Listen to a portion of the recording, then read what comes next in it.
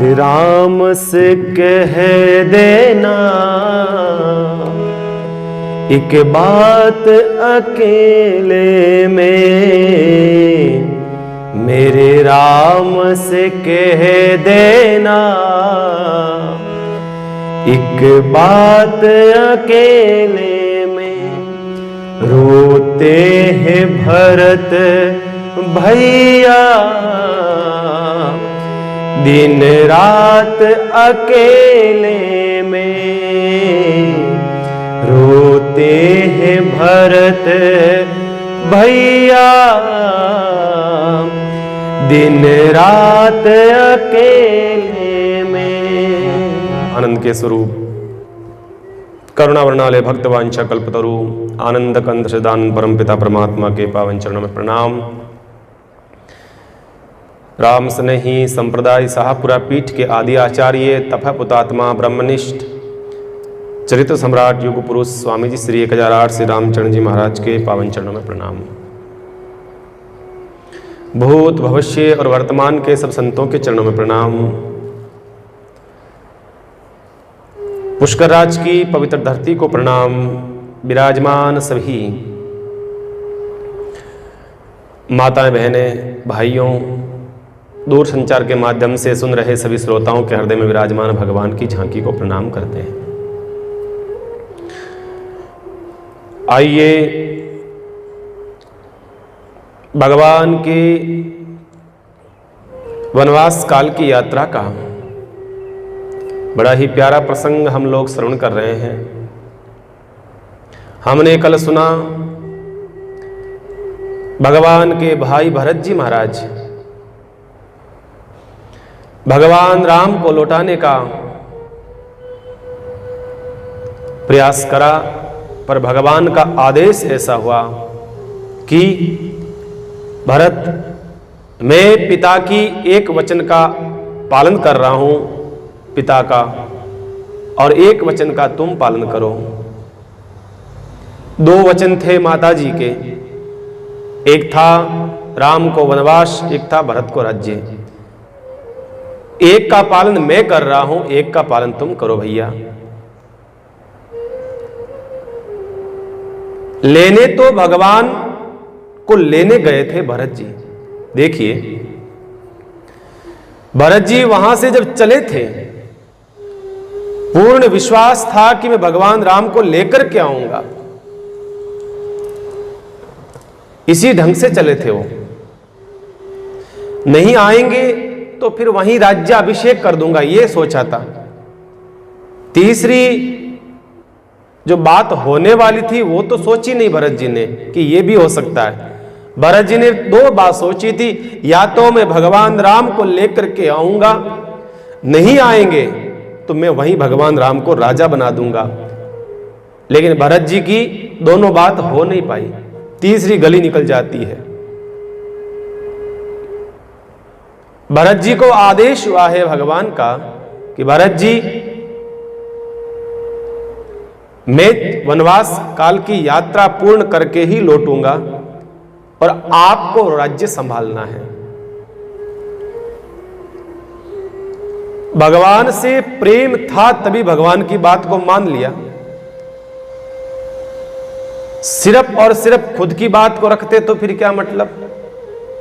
कई लोग क्या होता है, मैंने देखा है ऐसे कई लोग होते हैं जो बस किसी से प्रेम करते हैं ना, अपनी बात थोपने का प्रयास करेंगे वो लोग। ये बड़ा बहुत ज्यादा हो रहा आजकल, बहुत ज्यादा हो रहा आजकल। ये चीजें मैं देखता हूं हमारे आसपास, हमारे नजदीक। आप अपने नजदीक देखना, आपसे कोई प्रेम करने वाला होगा ना, वो अपनी खुद की पसंद, अपनी खुद की चाहत, अपना खुद का अच्छा लगे, अपने खुद की लोग प्रशंसा करे, ऐसी ढंग से वो आपको रखना चाहेगा।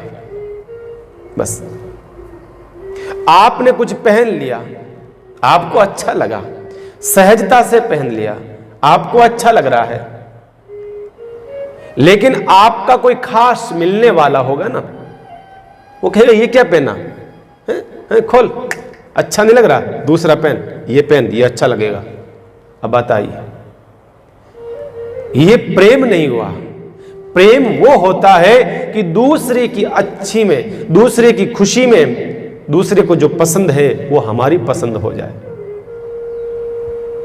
बस। दूसरे को तकलीफ हो रही है तो फिर हम हमारी तकलीफ, लोग दुनिया वाले क्या करते हैं, अपना थोपते हैं दूसरे वाले पर, दूसरे लोगों पर। नहीं, ये करो तुम अच्छा रहेगा, ये करो। खुद का जीवन व्यक्ति बहुत कम जीता है। एक बात और आप सुन लेना, व्यक्ति अपनी जिंदगी में, पूरी जिंदगी खुद का जीवन नहीं जी पाता है, ये सच है, ये एकदम सच है कि खुद की जिंदगी नहीं जी पाता है, वो संसार की जिंदगी जीना पड़ती है उसको। सहजता, अपनी मस्ती, अपनी स्वतंत्रता, वो सब नहीं हो सकती है व्यक्ति के जीवन में। ये तो कोई फकीर होते हैं ना, मदमस्त जो मौला होता है, जो बुद्ध पुरुष होते हैं, जो एकदम मुक्त हो गए संसार से, वो अपनी जिंदगी जीते हैं। बाकी आप दुनिया के लोगों को देख लेना, लगभग दुनिया के लोगों को देखना, वो अपनी खुद की जिंदगी नहीं जिएंगे। पत्नी ने कहा इस प्रकार से करो, ये करो, वो करो, ये पहनो, ये खाओ, ऐसा करो, वैसा करो। बच्चे कहेंगे ये करो, माँ कहेगी वो करो, पति कहेगा ऐसा करो, वैसा करो। दुनिया क्या कहेगी, संसार क्या कहेगा, दिखाने के लिए वो, मतलब दुनिया में जिंदगी भर व्यक्ति अपनी खुद की स्व जिंदगी नहीं जीता है, बस। और संत जो होता है ना, वो स्वयं का जीवन जीता है, किसी के थोपने से जीवन नहीं जीता है, किसी के चलाने से जीवन नहीं चलाता है। वो खुद की मस्ती में जो जीवन जीता है ना, वो फकीर होता है। मेरे राम को जो अच्छा लगे, भरत जी ने हाथ उठा के कह दिया, मेरे राम की जिसमें पसंद है ना, मेरे प्रभु को अच्छा लगना चाहिए, उसमें मेरा अच्छाई है। मेरा भगवान का जो आदेश हो जाएगा, मेरे परमात्मा की प्रसन्नता ही मेरी प्रसन्नता है। भगवान ने कह दिया फिर जाओ, आ गए। बिल्कुल ये भी नहीं कहा प्रभु नहीं चलना पड़ेगा।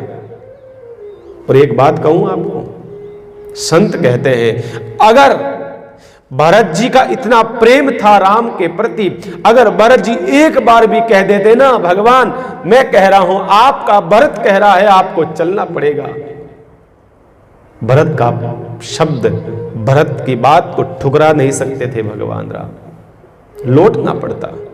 पर भरत जी तो सोचते हैं मेरे राम के धर्म पर आंच नहीं आनी चाहिए। आपको कोई प्रेम करता है ना, तो प्रेम करने वाले को चाहिए कि मेरा प्रेमी धर्म से च्युत ना हो, बस। और एक बात और, धर्म और प्रेम जहां पर युद्ध हुआ है ना, धर्म और प्रेम का जहां पर, वहां पर महापुरुषों ने, भगवान ने धर्म को ऊपर रखा, प्रेम को नीचे कर दिया, धर्म प्रधान रखा। धर्म, भगवान राम, भगवान कृष्ण कोई अपनी मां से प्रेम कम करते थे, अपने पिता से प्रेम कम करते थे। कृष्ण भगवान अपनी मां यशोदा से कितना प्रेम करते थे, लेकिन फिर भी मां यशोदा से भगवान कृष्ण कह करके गए, मैया मैं जब तक आपके पास में रहा आपका प्रेम पाया मैंने, लेकिन अब परित्राणाय साधूनाम विनाशाय दुष्कृताम, अब मुझे मेरा धर्म बुला रहा है, मुझे मेरा धर्म मुझे याद कर रहा है, मुझे वहां जाना है मां, मुझे बहुत काम करना है ना, धर्म की रक्षा करनी है। मैं आया तो धर्म की रक्षा के लिए हूं ना, अधर्मी लोगों को मारने के लिए आया हूं ना, संतों को सुख देने के लिए आया हूं ना मां। प्रेम को झुकना पड़ता था, धर्म के आगे प्रेम को झुकना पड़ता है। आप देख लीजिएगा, यहां पर भी कोई प्रेम कम था क्या भरत का राम के प्रति, राम का भरत के प्रति बहुत प्रेम था ना, लेकिन धर्म कहता है कि भगवान राम को पुनः अयोध्या नहीं जाना चाहिए। ये जानते थे भरत जी। भरत जी ने कहा प्रभु आपकी प्रसन्नता में मेरी प्रसन्नता है, बस। लौट आए लौट आए पुनः बाहरी मन से। लेकिन ध्यान रहे, साथ में राम सीता आ गई है, बस उस पादुका को ही स्वरूप समझ लिया राम सीता का, बस।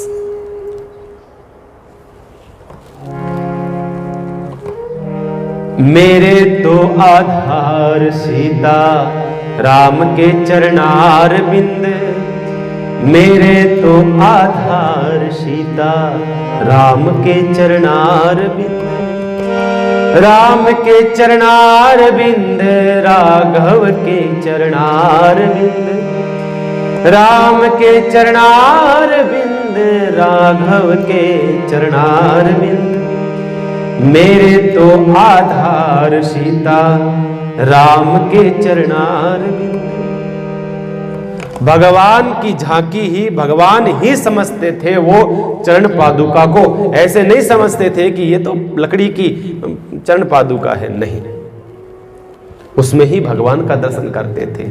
हम तो बंधुओं सामने ठाकुर की मूर्ति के सामने जाकर के भी भगवान को नहीं देख सकते हैं। ये हमारा दुर्भाग्य है, हम भगवान की मूर्ति के सामने जाकर के भी भगवान का दर्शन नहीं कर सकते हैं। और हमारे भरत लाल जी थे, उन्होंने भगवान का दर्शन कर लिया। बताइए आप, चरण पादुका में। भक्त वो होता है पत्ते पत्ते में, जर्रे जर्रे में झांकी देखी भगवान की, किसी आंख वाले ने पहचान की है। बहुत कम लोग ऐसे होते हैं जो पहचान कर पाते हैं भगवान की, बहुत कम लोग। कहने का अर्थ, भरत जी महाराज जब से अयोध्या पधारे हैं ना, तब से कहते हैं भरत जी का प्रेम दिन दूना रात चौगुना प्रेम बढ़ता जा रहा है, भगवान के विरह में प्रेम बढ़ता जा रहा है। बस कभी रोज का काम है, रोज सवेरे जाना नंदीग्राम से अयोध्या, जाकर के सारा काम संभालना, वापस आ जाना, नंदीग्राम में भजन करना, ऐसे जीवन चल रहा है। उन्माद बढ़ता जा रहा है, विरह बढ़ता जा रहा है। कभी कभी तो ऐसी दशा हो जाती है भरत जी की, इतना रोते हैं, इतना रोते हैं, भगवान को प्राप्त करने के लिए चिल्लाते रहते हैं, अपना माथा पटकते हैं। कभी रेत में सरयू के उस रज में लोटपोट होते हैं, कभी अपने जटाओं को खोल लेते हैं, कभी वस्त्रों को फाड़ के फेंकने लग जाते हैं, सारी देह का शुद्ध बुद्ध भूल जाते हैं। भरत जी की ऐसी दशा हो जाती है, ऐसी दशा हो जाती है, ऐसा उन्माद बढ़ जाता है भरत जी महाराज का। संत कहते हैं कैसे शब्दों में वर्णन करें बंधुओं, ये तो जीभ है जिसने देखा नहीं, और आंखें हैं जो बोलती नहीं। बस भरत जी का उन्माद तो भरत का उन्माद है, कौन वर्णन कर सकता है भरत के उस उन्माद का? कौन कह सकता है बंधुओं, कौन कह सकता है?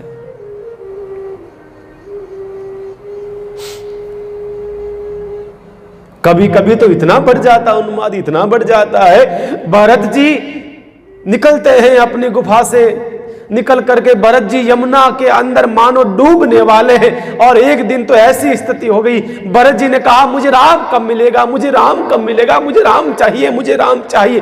और निकले गुफा से, भागे सरयू के अंदर, और जैसे डूबने के लिए चलते हैं, पानी में कूदने वाले थे, उसी समय कहते हैं मेरे राम को पता चला कि भरत डूब जाएगा, मर जाएगा। वो उठी, वहां से सिंहासन से चरण पादुकाएं आकर के सामने लग जाती है, भरत जी के मानो रोक लेती है, चरण पादुकाएं रक्षा कर रही है भरत जी की। भगवान कहना चाहते हैं भैया भरत क्यों रोते हो, क्यों रोते हो, अपने शरीर को क्यों खराब करते हो, बहुत कम समय, अब मैं आ जाऊंगा, आ जाऊंगा। भरत तो रोते हैं, चरण पादुकाएं रक्षा कर रही है भरत जी की। ऐसी दशा माँ कौशल्या, सुमित्रा, केकई जब देखती है ना, बहुत रोती है माँ सुमित्रा, कौशल्या बहुत रोती है। अब कैसे समझाएं?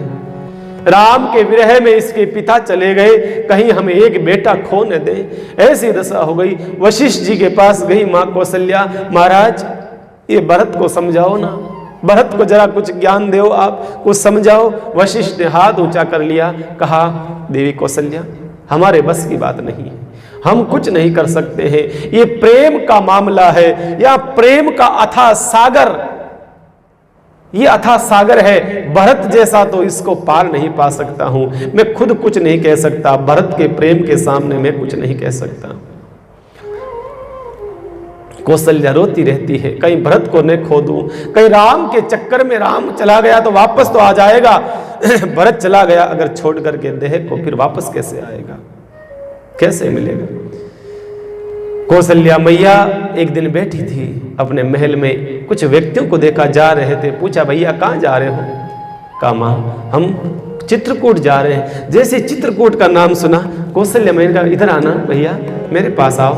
कहा हाँ भैया बोलो क्या बात है, एक संदेश दे दोगे? कहा हाँ बिल्कुल। कौशल्या मैया ने भरत का संदेश भिजवाया भगवान राम के पास में। मेरे राम से कह देना एक बात अकेले में। कौशल्या मैया भरत का दुख सहन न कर पाई और कौशल्या मैया ने लोगों को बुला करके कहा भैया तुम चित्रकूट जा रहे हो ना, मैं भी पंख होते तो मैं रोज जाकर के मिल के आती, मेरे बेटे राम से भरत को ले जाती, पर मैं जा नहीं सकती, मेरी मर्यादा है, मैं जा नहीं सकती। लेकिन तुम जा रहे हो ना, एक काम करो, एक संदेश लेकर के जाओ। कहा कि बिल्कुल। मेरे राम से कह देना एक बात अकेले में। क्या कहना भैया? रोते हैं भरत भैया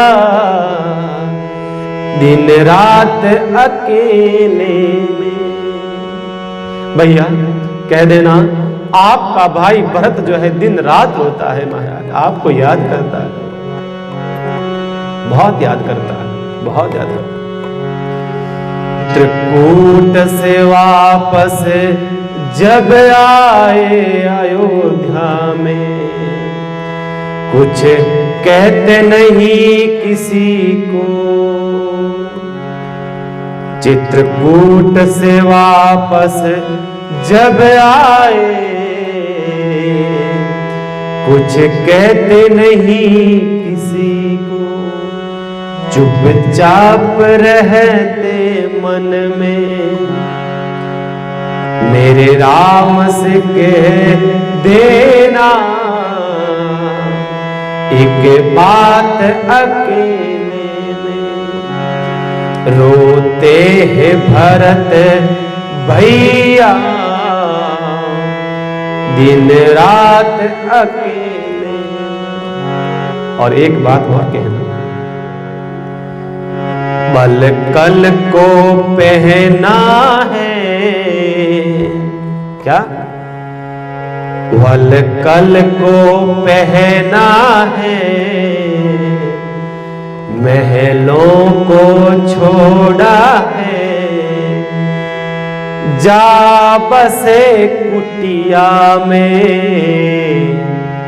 वल कल को पहना है, जा बसे कुटिया में। कह देना वलकल पहन लिया है राम, जैसा तुम जीवन जी रहे हो ना, तुमसे भी कई गुना ज्यादा और सन्यासी का जीवन जी रहा है भरत। मांडवी आती है मिलने के लिए भरत जी से, मांडवी जी की पत्नी, भरत जी की पत्नी। भरत जी मना कर देते हैं, देवी मेरे पास मिलने मत आया करा करो, 14 साल के लिए मुझे भूल जाओ, मुझे मेरे किए की सजा मुझे दिलाने दो, बस मत आया करो मांडवी, तुम मुझसे मिलने मत आया करा करो। राम से कह देना अपनी पत्नी से नहीं मिलता है, माओं को प्रणाम करता है, गुरुदेव को प्रणाम करके पुनः लौट जाता है, गुफा में पड़ा रहता है, उन्माद हो गया है, शरीर पूरा का पूरा क्षीण हो गया है, ऐसी दशा हो गई। मां कह रही है ये जाकर के कहना, उस विरह अग्नि में, उस विरह अग्नि में कैसे जलता देखूं, उस विरह अग्नि में कैसे जलता देखूं। मेरे राम से कह देना एक बात अकेले में, मेरे राम से कह देना एक बात अकेले में। रोते हैं भरत भैया दिन रात अकेले में, रोते हैं भरत भैया दिन रात अकेले में। भैया जाओ तो कह देना उस विरह अग्नि में मैं जल रही हूं, तुम्हारी मां कौशल्या जल रही है, कैसे देखूं। क्योंकि राम को ज्यादा मैंने भरत को दूध पिलाया, राम से ज्यादा मेरी गोद के अंदर भरत खेला। आज इतनी अभागिन है हम, भरत आज धीरे धीरे धीरे धीरे शरीर से दुबला पतला हो गया, खाया पिया कुछ नहीं, सब कुछ त्याग रहा है धीरे धीरे धीरे। ऐसी दशा भरत जी की हो जाती है। चित्रकूट संदेश दे दो ले जा करके, मेरे राम से कह दो कि हमारे लिए नहीं, अयोध्या के लिए नहीं, माताओं के लिए नहीं, एक बार भरत से आकर के मिल लो।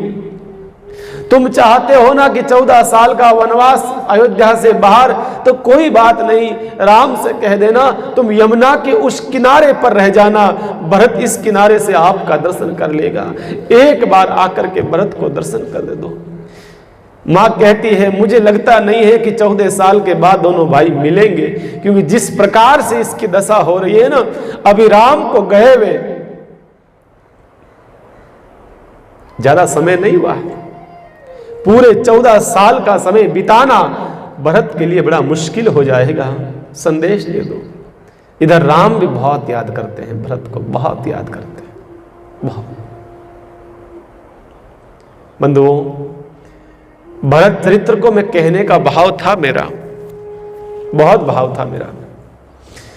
यूं समझ लो कि रामचरितमानस अभी आधी कथा हुई है, हमारी आधी कथा हुई है। विस्तार बहुत इच्छा है करने की हमारी, पर क्या करें, समय बहुत कम मिल जाता है ना।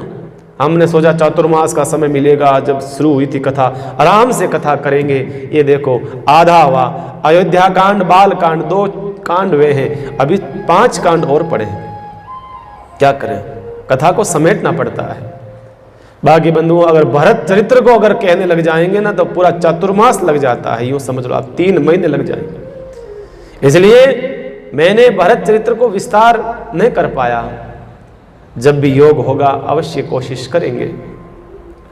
लेकिन यहां पर विश्राम देते हैं भरत चरित्र को। बाबा गोस्वामी तुलसीदास जी अंत में कह दिया, इस भरत चरित्र को जो भी सुनेगा उसको भगवान के चरणों में प्रीति होगी, भगवान के चरणों से प्रेम होगा। अरण्यकांड के ही प्रारंभ में भगवान राम अब आगे की लीला प्रारंभ करते हैं, आगे की लीला। आज मेरे परमात्मा राम विराजमान है अपनी कुटिया के बाहर,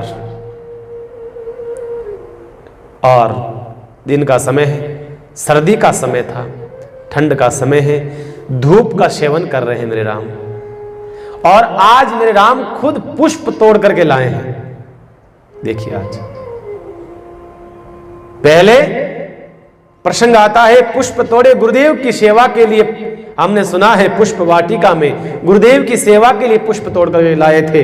आज मेरे राम श्रृंगार रस के अंदर प्रवेश कर रहे हैं। आज बाबा गोस्वामी जी कहते हैं, मेरा मर्यादा पुरुषोत्तम राम आज थोड़ा सा श्रृंगार का थोड़ा सा आनंद ले रहे हैं। देखिए आप पुष्प तोड़े अपने हाथों से, पुष्पों की कलियों से भगवान राम ने बड़ी सुंदर एक वेणु बनाई, बड़ी सुंदर एक माला बनाई। वेणुका को बना करके, माला को बना करके बाबा गोस्वामी जी क्या लिखते हैं यहां पर, भगवान का चरित्र देखिए आप। एक बार चुनी कुसुम सुहाए, निज कर भूषण राम बनाए। एक बार चुनी कुसुम सुहाए, निज कर भूषण राम बनाए। शीत ही पहिरा है प्रभु सादर, बैठे फटिक शिला पर सुंदर। आज मेरे राम बाहर फटिक शिला पर बैठे हैं और वहां पर पुष्पों की बड़ी सुंदर एक माला बनाई है। माला बना करके आज मां सीता बैठी है। आज प्रसन्न है भगवान राम, मेरे राघव सरकार और मेरी मां सीता का आज श्रृंगार कर रहे हैं बड़े प्रेम से, बड़े भाव से। बाबा गोस्वामी इस प्रसंग को लिखते हैं, मतलब गोस्वामी जी दर्शन कर रहे हैं, मैं अपने माता पिता का भाव रख करके उनका वर्णन कर रहा हूं। मैं एक कोई ऐसे कोई लौकिक श्रृंगार का वर्णन नहीं कर रहा हूं। मैं भगवान राम कानों के अंदर श्रृंगार किया और चोटी के अंदर बड़ी सुंदर बना करके माला उनमें लगाई है और गले में पहनाई है, अपने हाथों से बना करके राघव ने पहनाई है। सीत ही पई राहे प्रभु सादर। ये जब चल रहा था ना श्रृंगार का, उसी समय सुरपति सुतधरी बायस बेसा, सट चाहत रघुपति बल देखा। उस समय इंद्रलोक में इंद्र का बेटा, क्या नाम, जयंत। जयंत ने जब भगवान राम को देखा और कहा, ओ हो, वाह भाई वाह, ये ब्रह्म है, ये राम है, ये परमात्मा है, ये कौन कहता है भगवान है। ये तो एक संसारी की तरह है। ये तो जैसे एक स्त्री के बस में हो रखा है, ऐसे स्त्री का श्रृंगार कर रहा है। ये तो कोई लगता नहीं है, ब्रह्म है। आज जयंत के मन में तकलीफ हुई। दुनिया वालों, आप संसार के लोग हो, ध्यान रखना, आपके पति पत्नी का प्रेम ज्यादा होगा ना तो ध्यान रखना, संसार को तो तकलीफ होती ही होती है, अपने घर वालों को तकलीफ होने लग जाती है। बराबर ना, ये सच है। अगर पति पत्नी का प्रेम बहुत ज्यादा है, और प्रेम होना कोई गलत नहीं है, प्रेम होना कोई गलत नहीं है, स्वाभाविक है, प्रेम होना चाहिए। प्रेम कौन सा होना चाहिए? जो आप दोनों को धर्म के मार्ग पे ले जाता हो। ऐसा नहीं कि महाराज लड़ाई झगड़ा हो, भक्ति के मार्ग पर चलने के लिए। ज्यादा प्रेम होगा तो संसार के तो होंगे जो होंगे दुखी, घर वाले चाहेंगे कि इतना प्रेम क्यों करता है ये अपनी पत्नी से, तकलीफ होगी उनको, प्रयास करेंगे कि उनके अंदर दुसुम दुसुम हो, प्रयास करते हैं दुनिया के लोग, बहुत सारे लोग ऐसे होते हैं। अब बताइए, वो ऊपर रहने वाला, इंद्र लोक में निवास करने वाला, इंद्र का बेटा जयंत, अब उसको पूछो कि पागल तेरे को क्या करना है? भगवान राम अपनी पत्नी का श्रृंगार कर रहे हैं, तुझे क्या तकलीफ है? कहा नहीं, ये तो ऐसा कैसे हो सकता है, ब्रह्म थोड़ी है, इनका बल, इनकी ताकत मैं परीक्षा लेऊंगा, कैसे कैसे हो सकता है, मैं ब्रह्म कैसे हो सकता है। बस अब मेरे राम श्रृंगार जब करा रहे थे ना, दुनिया का लोग कोई नहीं था उस समय, संसार का लोग, देखिए आप, मर्यादा है भगवान के श्रृंगार रस में भी, बड़ी गजब की मर्यादा का यहां पर रखी गई है। यहां पर सिर्फ राम और सीता दो है, तीसरा कोई नहीं है, तीसरा कोई नहीं। आप बताइए, आज लखन जी भी बाहर गए हुए, लखन जी भी आज कुटिया में नहीं है, लखन जी बाहर गए हुए। इतना मर्यादा का पालन मेरे राघव सरकार कर रहे हैं, इतना मर्यादा का, फिर भी तकलीफ दुनिया को। हाँ, संसार के सामने करते तो समझ में आता कि भाई दुनिया के सामने श्रृंगार कर रहा अपनी पत्नी का, लेकिन राघव अकेले कर रहे हैं। और पति पत्नी का जीवन अकेले में ही होना चाहिए, श्रृंगार आदि जो भी हो अकेले, मर्यादित तो होना चाहिए, मर्यादित होना चाहिए। तकलीफ हो गई उसको, बताइए, आ गया, क्या करा? सुरपति सुतधरी बायस बेसा, मैं परीक्षा लेने जाऊं, मन में आ गया कालापन, कालापन आ गया। अब कालेपन आने से क्या बन गया? कौआ, कौआ बन करके मैं अभी परीक्षा लेकर के आता हूं। राम में क्या ताकत है, क्या बल है, ये ब्रह्म कहलाता है या हकीकत में ब्रह्म है? आया भगवान राम श्रृंगार करने के बाद में माँ सीता की गोद में सर रख करके सो रहे हैं, धूप का सेवन कर रहे हैं, माँ सीता सर को रखे हुए हैं गोद के अंदर और सो रहे हैं मेरे परमात्मा। उसी समय आया कौआ, आ करके माँ सीता के चरण में चोंच का प्रहार किया और सामने जाकर के बैठ गया। वाल्मीकि रामायण तो कहती है कि कौए ने आकर के माँ सीता के वक्ष स्थल पर आकर के प्रहार किया, लेकिन मानस के बाबा गोस्वामी जी तो पुत्रवत भाव से है ना, वो कहते हैं नहीं, हमारी माँ के वहां तक नहीं, हमारी माँ के चरण के जाकर के प्रहार किया है, ऐसा लिख देते हैं। चरण पर प्रहार किया तो खून की धारा बह चली, और जब खून बहा तो भगवान राम ने देखा सामने कौआ बैठा है और मां सीता तो दयालु है, कृपालु है, बड़ी वात्सल्यता की मूर्ति है, करुणा की मूर्ति है मां सीता। तो कौए को बोलो उड़ जा, तो उड़ जा यहां से, तूने बस देख लिया ना, अब कुछ मत कर, तू यहां से चला जा। पर वो तो बैठा था, मैं बल देखूं राम का कैसा है। और राम तो आप जानते हो, राम का अपराध कोई करता है तो राम फिर भी शांत हो जाते हैं। राम को कोई अपराध करता है, राम फिर भी शांत रहते हैं, लेकिन राम का कोई भक्त का, किसी सेवक का अपराध करता है, मेरे राम कभी चुप नहीं रहते हैं। ये आप देख लेना, नोट कर लेना, आप जितने शास्त्र है सब में पढ़ लेना, चाहे कोई भी हो। अमरीश का चरित्र सुन लेना, आप भक्तों के उठा के देख लेना, मेरे राम के भक्तों का कोई अपमान करता है, भगवान को सहन नहीं होता है। बाकी भगवान को खुद आकर के छीने में लात मार देना तो कहेंगे अरे भैया लगी तो नहीं ना आपके, इतने दयालु है, इतने दयालु। बताइए आप, भृगु ने लात मारी, परीक्षा लेनी चाहिए कि सबसे बड़े भगवान कौन है, सबसे शांताकारम भुजग शयनम कौन है। मालूम चला सब देवताओं को मारने लगे लात आ करके, सबको गालियां निकाली, किसी को कुछ, शंकर भगवान को गालियां निकाली, तू तो ऐसा है वैसा है। शंकर भगवान त्रिशूल लेकर के भागे पीछे, अभी रुक, सबको गालियां निकाली। आकर के भगवान बैंकुट में सो रहे थे मेरे प्रभु राघव सरकार विष्णु भगवान, उसी समय आके जोर से लात मारी सीने में। तुरंत भगवान ने कहा अरे भृगु महाराज, आपका, मेरा तो कठोर है वज्र की तरह मेरा सीना तो वक्षस्थल, आपका चरण तो कोमल है, लगी तो नहीं आपके। तब पता चल जाता है हमारे परमात्मा विष्णु के अलावा कोई सरल नहीं है, कोई सरल नहीं, इतना सरल। भगवान का कोई अपराध कर देता है ना कोई भक्त का, तब क्रोध आता है, बाकी भगवान को क्रोध नहीं आता है। और मेरे राघव सरकार, जब तक सीता मैया साथ में थी ना तब तक किसी राक्षस को नहीं मारा, क्योंकि मां करुणा की मूर्ति है। मां अपनी आंखों के सामने किसी को नहीं मरवाएगी। देखिए सारी सृष्टि वो जगत जननी है मां सीता, सब उसके बालक हैं, सब उसके बालक हैं। देखना वनवास काल में जब तक हमारी मैया सीता भगवान राम के साथ में थी तब तक भगवान राम ने किसी को नहीं मारा, किसी को मारा, किसी को भी नहीं मारा। जैसे ही सीता मैया को रावण ले जाता है ना, फिर भगवान राम शुरू करते हैं धड़ाधड़, तू चल मैं आया, तू चल मैं आया। बस भगवान राम ने कौवे को तरफ, वो छोटा सा तिनका पड़ा था, तीर भी नहीं उठाया, अभी रुक, तू मेरा बल देखना चाहता है ना, अभी रुक।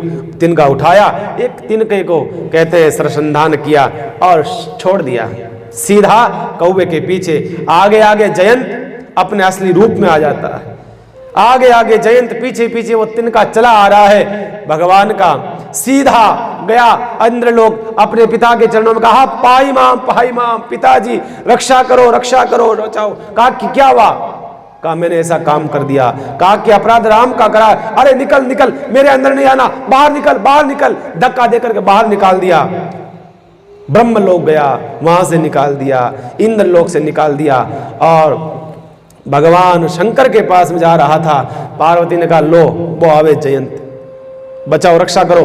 कहा कि क्यों? कहा कि वो अपराध करियो भगवान को। अच्छा मेरे राम का अपराध कर लिया, आने दो उसको, अभी मेरा त्रिशूल तैयार है। एक तो लगा हुआ है पीछे वो तिनका, और इधर से त्रिशूल लगाऊंगा और मारूंगा उसको, आने दो उसको। जैसे ही आया शिवलोक में, तुरंत भगवान ने त्रिशूल को आगे कर दिया, निकल यहां से, निकल यहां से। भगवान का अपराध किया है ना, जिससे राम विमुख हो जाते हैं ना बंधुओं, दुनिया में उसको कोई नहीं अपनाता है। ये ध्यान से सुन लेना, ये ध्यान से सुन लो आप, ये बड़ी काम की बात है। ये जिनसे मेरे राम विमुख हो जाते हैं ना, उस समय कोई नहीं अपनाता है आपको, कोई नहीं अपनाएगा, बस कोई नहीं।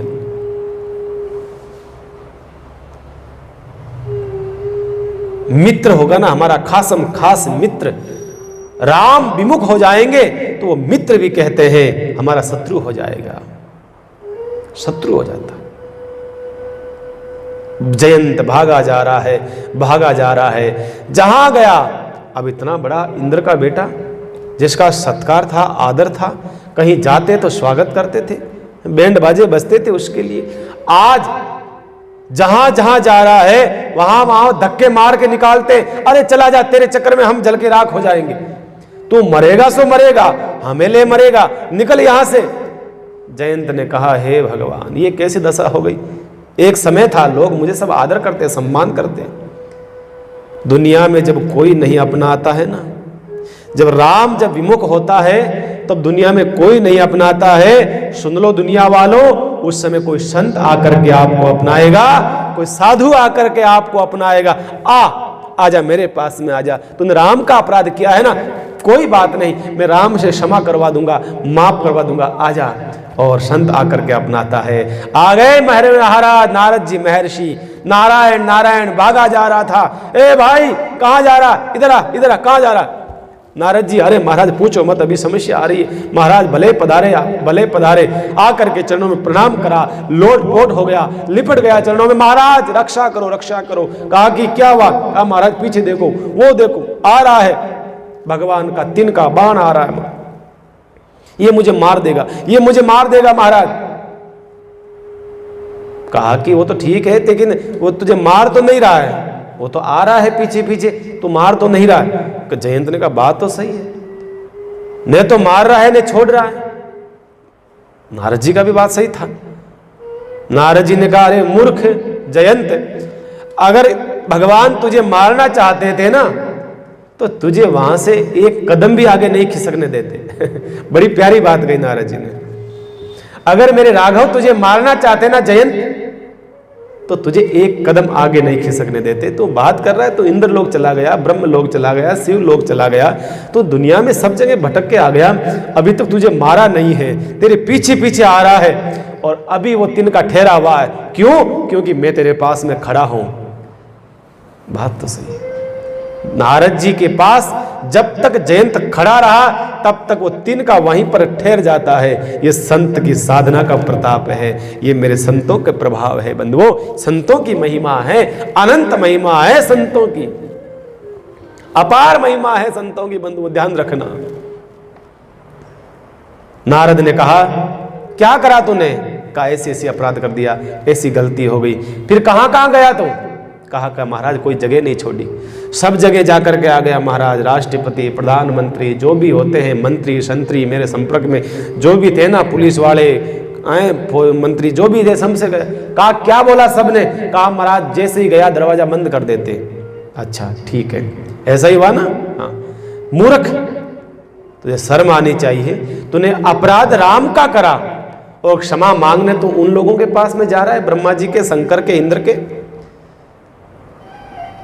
जिसका अपराध करा है ना, क्षमा भी उसी से मांगना चाहिए तुझे। महाराज बात तो सही है। देखो ये जयंत कौन है? ये सब हम भी जयंत की तरह, एक तरह से हमारी वृत्ति भी जयंत की तरह है। हम अपराध घर में माँ बाप का करते हैं, क्षमा मंदिर में जाकर के मांगते हैं, हे भगवान आज मेरी मम्मी का मैंने दिल दुखा दिया। अपराध हम किसी संत का करते हैं, जाकर के क्षमा भगवान से मांगते हो। नहीं, जिसका अपराध किया है ना, उसको ही क्षमा मांग लो, आपका अपराध उसी क्षण खत्म हो जाएगा, उसी क्षण। कहा जा, वापस चला जा भगवान राम के पास में, क्षमा मांग ले, चरण पकड़ लेना, लिपट जाना, छोड़ना मत। बार बार छुड़ाए तो भी मत छोड़ना, माँ के चरण पकड़ लेना, माँ के लोटपोट हो जाना चरणों में, माफ कर देंगे। जा। कहा महाराज किस मुंह से जाऊं, किस मुंह से जाऊं, क्या कहूंगा। भगवान कहेंगे तू गया क्यों, फिर वापस आया था तो फिर गया क्यों, आया क्यों और गया क्यों, ये सब बातें भगवान मुझसे पूछेंगे। तब कहना प्रभु भागा तो मैं इसलिए था, मैं राम का प्रभाव देखना चाहता था, बल का प्रभाव, राम का प्रभाव देखना चाहता था कि कहां कहां तक आपकी हैं, कहां कहां तक आपकी वो क्या कहते हैं जो क्षेत्र है आपका, कहां कहां तक आपका यश फैला हुआ है। नारद जी समझा रहे हैं, देखो नारद जी कह रहे हैं मेरी बात सुन, तू ये कहना भगवान राम कहेंगे तू भागा क्यों, तो तू कह देना कि प्रभु मैं तो देख रहा था कि कहां कहां तक आपका यश फैला हुआ है, आपकी कीर्ति कहां कहां तक फैली है, मैं तो जहां गया महाराज सब जगह आपका ही आपका नाम था। तो कह देना प्रभु मैं गया तो इसलिए था आपका प्रभाव देखने के लिए, तो राम कहेंगे फिर वापस क्यों आया, वापस आया इसलिए आपका स्वभाव देखने के लिए महाराज, आपका स्वभाव कैसा है, आप मुझे छोड़ते हो कि नहीं छोड़ते हो। जा। चला आया, वापस आकर के धड़ाम से भगवान के चरणों में गिर पड़ा। भगवान राम ने सीता की तरफ देखा, सीता ने कहा छोड़ दो, मुंचता मुंचता, छोड़ दीजिए। दयालु है ना, वात्सल्यता की मूर्ति है मैया सीता, छोड़ दो, जैसा भी है ना, पैरों में आके पड़ा है, बेटे के समान हो गया, ये तो पुत्रवत हो गया। भगवान राम ने कहा सीते नहीं, पुत्र अगर गलती करता है ना तो उसको थोड़ा सा तो पनिशमेंट मिलनी चाहिए, बिल्कुल भी अगर नहीं दोगे पनिशमेंट तो फिर अगली बार थोड़ी सी ज्यादा गलती करेगा, थोड़ा सा तो कुछ करना चाहिए। कहा क्या करोगे। भगवान राम ने उस दिन कैसे उसकी 2 आंखें होती है कौवे की, एक आंख एक फ्यूज कर दी, एक आंख फूट जाती है। अब कौवा एक आंख से देखता है, एक आंख से। अब संत सब इन शब्दों का, इन प्रसंग अलग अलग भाव लगाते हैं। कोई कहता है एक दृष्टि से देखो, 2 दृष्टि नहीं होनी चाहिए, कोई कुछ कहता है, एनीवे कुछ भी होंगे, वो सब अलग बातें हैं। पर ये कहना चाहते हैं हम तो भगवान का स्वभाव की चर्चा कर रहे हैं, हमारे प्रभु ऐसे स्वभाव है और ऐसा प्रभाव है, बस ये बात कहना चाहते हैं। यहाँ से जयंत का प्रसंग बाबा गोस्वामी जी ने सुनाया। यहाँ से चित्रकूट से अब मेरे राम काफी साल हो गए, चित्रकूट बहुत विराज गए। अब भगवान ने देखा अब आगे की लीला करनी चाहिए, चित्रकूट से आगे जाऊंगा अभी तो रावण आएगा, रावण ऐसे कैसे मरेगा, यहीं बैठा रहूंगा जम करके आसन लगा करके, तो रावण कैसे मरेगा। भगवान राम ने सीता से कहा सीते अब चलो आगे, क्योंकि भगवान को पता है अब यहां से यहां तक तो पूरी फिल्म के अंदर नायक थे भगवान राम, अब हमारी सीता मैया नायिका हो जाएगी यहां से, अब यहां से सीता मैया का रोल शुरू हो जाएगा। सीधे अत्रि आश्रम में आते हैं, अत्रि आश्रम में आए, अत्रि स्वागत करा, अत्रि की पत्नी अनुसुईया। पतिव्रता स्त्रियों में अगर नाम आएगा इस धरती के ऊपर, सबसे पहला नाम हमारी मां अनुसुईया का आएगा, अनुसुईया मैया का। अत्रि ने मेरे राम का स्वागत करा है और भगवान राम की स्तुति करी है। स्तुति किसकी करी, भगवान के राम के प्रभाव की और स्वभाव की भगवान की स्तुति करी है हमारे अत्रि ऋषि ने। अब स्तुति लंबी है, हम पढ़ नहीं पाएंगे, लेकिन हम अत्रि ऋषि के इन प्रसंगों को सुन लेते हैं। स्तुति के अंत में यही कहा अत्रि ऋषि ने, हे प्रभु राम हमें आपके चरणों की भक्ति चाहिए बस, और कुछ नहीं। आप देखना भगवान राम जिस जिस संत से भी मिले हैं ना, रामचरितमानस के अंदर मेरे राघव सरकार जिस किसी संत से मिले हैं ना, वो सारे संत बड़े ज्ञानी थे, बड़े तपस्वी महात्मा थे वो सब संत। लेकिन आप एक बात नोट करना, जितने संतों से मिले हैं, भरद्वाज जी से मिले हैं, अत्रि से मिले हैं, सरभंग से मिलेंगे, सुतीक्ष्ण से मिलेंगे, अगस्त ऋषि से मिलेंगे, ये सब जितने ऋषियों से मिलेंगे ना, ये सब ऋषि एक ही चीज भगवान से मांगेंगे। क्या मांगेंगे, कहेंगे भगवान आपके चरणों की भक्ति दीजिए बस, और कुछ नहीं चाहिए। आपके चरणों का प्रेम चाहिए, आपके चरणों की भक्ति चाहिए, और कुछ नहीं चाहिए हमें। एक चीज बार बार ये भगवान से मांगेंगे, बार बार भगवान से याचना करेंगे। देखो आप, और जब सीता भी प्रणाम करती है माँ अनुसुईया को, सीता को आशीर्वाद देती है माँ अनुसुईया, और सीता को देख के रो पड़ी माँ अनुसुईया, आंख में आंसू आ गए अनुसुईया के। क्यों रोई बंधुओं, आप जान सकते हैं क्यों रोई? बेटी की तरह गले लगा लिया सीता को। अनुसुईया ने इतना प्रेम किया है सीता से, इतना प्रेम किया, रो पड़ती है, फपक पड़ती है महाराज, आंसू आ जाए, ठहरने का नाम नहीं लेते हैं। किसी ने कहा ऐसा क्यों रोई अनुसुईया, इतनी क्यों रोई? अनुसुईया माँ इसलिए रोई है कि 12 साल हो गए हैं वनवास काल की यात्रा को करते करते, 12 साल हो गए। और जब से माँ सीता जो साड़ी पहन के आई थी ना घर से, उसी एक साड़ी में आज तक माँ सीता अपना काम चला रही है, वस्त्र चेंज नहीं करा है। पूरी साड़ी जीर्ण शीर्ण हो गई थी, पूरे धागे दीर्घ अलग अलग हो गए थे, ऐसी दशा साड़ी की हो गई। रोना इसलिए आया, ये एक राजा की, महान सम्राट जनक जी महाराज की बेटी की दशा, ये अयोध्या के महान सम्राट दशरथ जी महाराज की बहू की ऐसी दशा, जो जगत का पिता जगत नयनता जगदीश्वर की जो पत्नी है उसकी ऐसी दशा।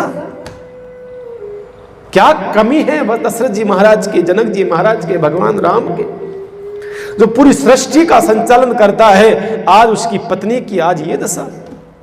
रोई है, क्या रोई। और मां अनुसुईया ने अपने साधना के तपोबल से ऐसा वस्त्र और आभूषण तैयार करके मां सीता को दिया, बेटी तुम ये पहनो। दिव्य वस्त्र कहते हैं उनको, और वो वस्त्र कभी फटते नहीं, कभी बदबू नहीं देते, कभी गंदे नहीं होते, किसी प्रकार से मेले कुचेले, कोई किसी प्रकार की उन वस्त्रों के अंदर कोई कमी नहीं में लगती।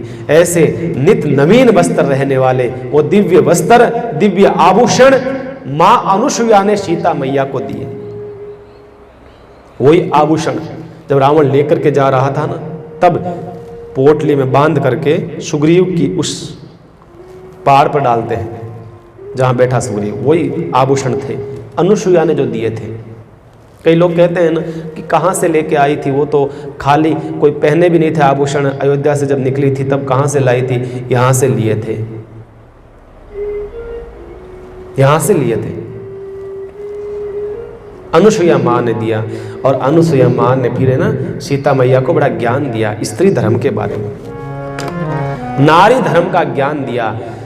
किस लिए दिया? सीता मैया को दिया? नहीं, अरे सीता मैया तो स्वयं ज्ञान स्वरूप है, सीता मैया तो जगत जननी है, उसको ज्ञान कौन दे सकता है? सीता के माध्यम से जगत की स्त्रियों को ज्ञान देने के लिए हमारी मैया सीता को ज्ञान दिया गया। कैसा स्त्री धर्म होता है, स्त्री का धर्म क्या होता है, ये सिखाया मां अनुसुईया ने। क्या बताया? स्त्री का धर्म क्या है, पति की सेवा कैसे की जाती है। धीरज धर्म मित्र अरु नारी, आपत काल परखिए चारी। धीरज धर्म मित्र अरु नारी, आपद काल परखिए चारी। धीरज, धैर्य, धर्म, मित्र और नारी, ये 4 ऐसे हैं जिनकी परीक्षा कब होती है? जब संकट की घड़ी आती है तब। धीरज, आप में धैर्य कितना है? धर्म की परीक्षा, आप धर्म पर कितने अडिग रहते हैं? कहीं आपको प्रलोभन में कहीं आप रास्ता भटक तो नहीं जाओ। मित्र, आपका मित्र जो 24 घंटे कहता है आधी रात को याद कर लेना, आधी रात को जाकर के कहो भैया थोड़ा स्कूटर चाहिए, अर्जेंट काम जाना, दे देता, पर तेल नहीं है, तेल नहीं है भैया स्कूटर में, बस दे देता बाकी। और नारी स्त्री की परीक्षा, संकट की घड़ी में उसकी परीक्षा होती है, कितनी वो धैर्यवान है, कितनी वो अडिग रहती है। और पति की सेवा के लिए बताया है, वृद्ध रोग बस जड़ धनहीना, वृद्ध रोग बस जड़ धनहीना, अंध बधीर क्रोधी अति दीन, ऐसहु पति कर किए अपमाना, नारी पाव जम पर दुख नाना। स्त्री के पति धर्म की बड़ा ही सुंदर वर्णन करा है। क्या कहा?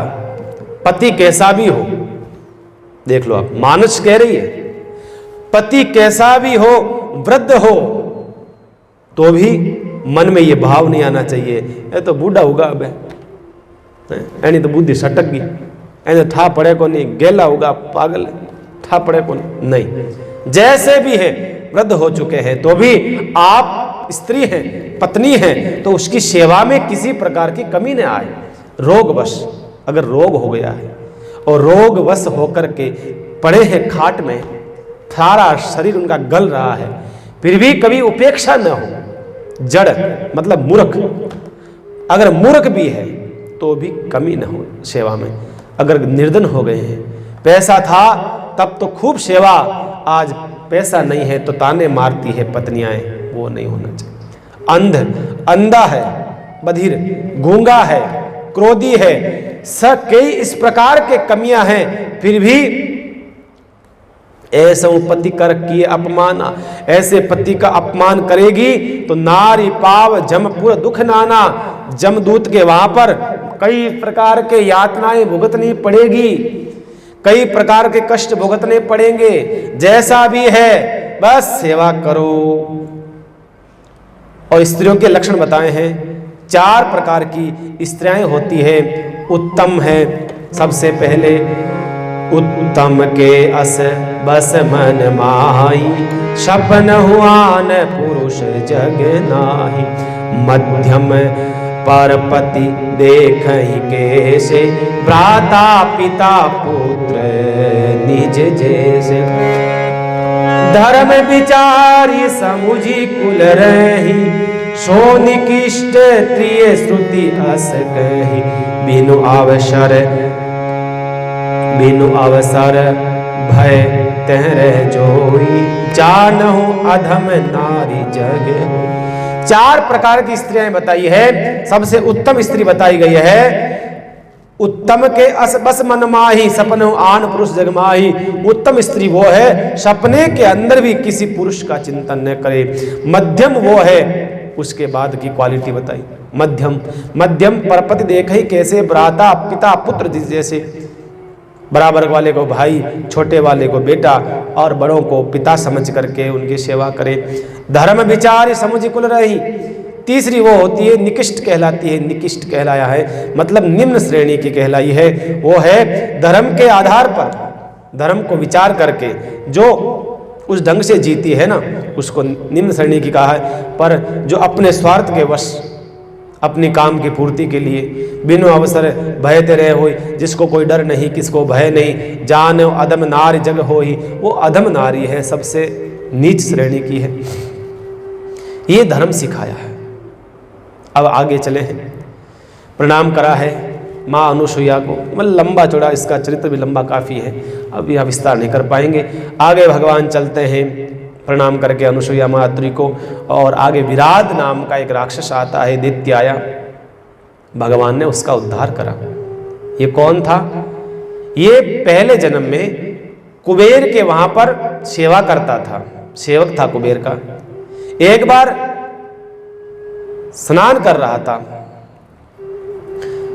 एक बार रंभा नाम की अप्सरा के कारण वो आसक्त हो गया था और विलंब हो गया वहां पर पहुंचने में। रंभा को देखने लग गया था, अप्सरा को देख करके वो विराट समय लग जाता है कुबेर के पास पहुंचने में, तो कुबेर ने उसको श्राप दे दिया। तो वही कुबेर का श्रापित होकर के विराट को भगवान अपने हाथों से उद्धार करते हैं। आगे भगवान बढ़ते हैं, आगे श्रभंग नाम के ऋषि आते हैं। ऋषि के पास आए, इनका समय पूरा हो चुका था, इनकी उम्र पूरी हो चुकी थी, समय पूरा हो चुका था। मृत्यु यम वहां से आ चुके थे लेने के लिए, मृत्यु आ चुकी थी लेने के लिए, लेकिन ठहर जा, रोक दिया मृत्यु को। ठहर, कहां आ रही है? मेरे पास, अभी मत आना। कहा क्यों? आपकी उम्र हो चुकी है? कहा भले ही उम्र हो चुकी है, मैंने ऐसा सुना है मेरे राघव सरकार, मेरी माँ सीता, मेरे भैया लक्ष्मण जी आ रहे हैं वनवास की यात्रा करते हुए, वो मेरे पास जरूर आएंगे। जब तक मैं भगवान राम का, सीता का, लखन का दर्शन नहीं कर लूं, तब तक तेरी ताकत नहीं है तो मेरे पास में आ सकती है, खड़ी रह चुपचाप। यह है साधना का प्रताप। बताइए, मृत्यु को रोक दिया। एक ऐसे फकीर होते हैं जो मृत्यु को कह देते हैं ठहर जा, मेरे राम आ रहे हैं, दर्शन किए बगैर तो नहीं आऊंगा। कोई कहता ऐसा हो सकता है? मृत्यु को रोक दे? बिल्कुल हो सकता है, बिल्कुल हो सकता है। आपकी साधना में ताकत होनी चाहिए, आपकी भगवान के प्रति निष्ठा में ताकत होनी चाहिए। अवश्य हो सकता, क्यों नहीं हो सकता है बंधुओं? अवश्य हो सकता। हुआ है, ज्यादा समय नहीं हुआ, अभी 100 साल पहले की बात है। एक अमरेली में घटना है, ये सच घटना है, संत बताते हैं। अमरेली के अंदर एक मूलदास नाम जी के संत थे, मूलदास संत थे। उनके 100 वर्ष पूरे हुए, उन्होंने अपने शरीर को छोड़ दिया और बेकुटी सजाने लगे। लोग, गांव वाले आए, बेकुटी सजने लगी, गांव वालों ने तैयारी करी, बेकुटी को बैंड बाजे लाकर, ढोल धमाके लाकर के बेकुटी को चलाने लगे।